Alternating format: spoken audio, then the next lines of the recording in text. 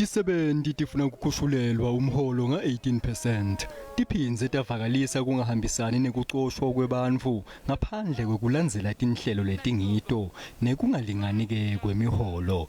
IDemawusa itsi letinkhulumo tibhajwe ngaphandle kwekutsi umcashi abeke lokungcono etafuleni.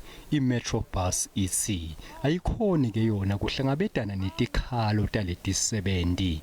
They demand that for them to speak to us, we have to suspend the strike. And workers refuse to say we can't suspend the strike. We have to engage. And since then, we deadlock on Monday from the first day.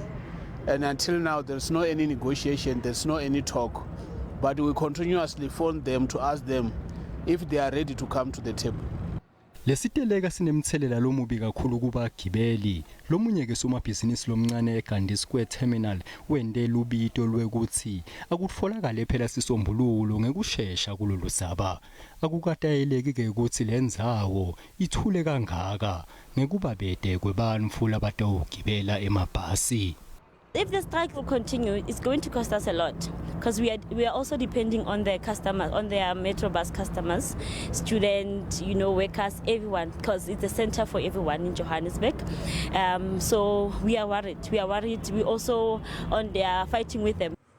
Kutsikamete ke bagibeli labatinkhulungwane letingemashumi lamatsatfu ngalesiteleka.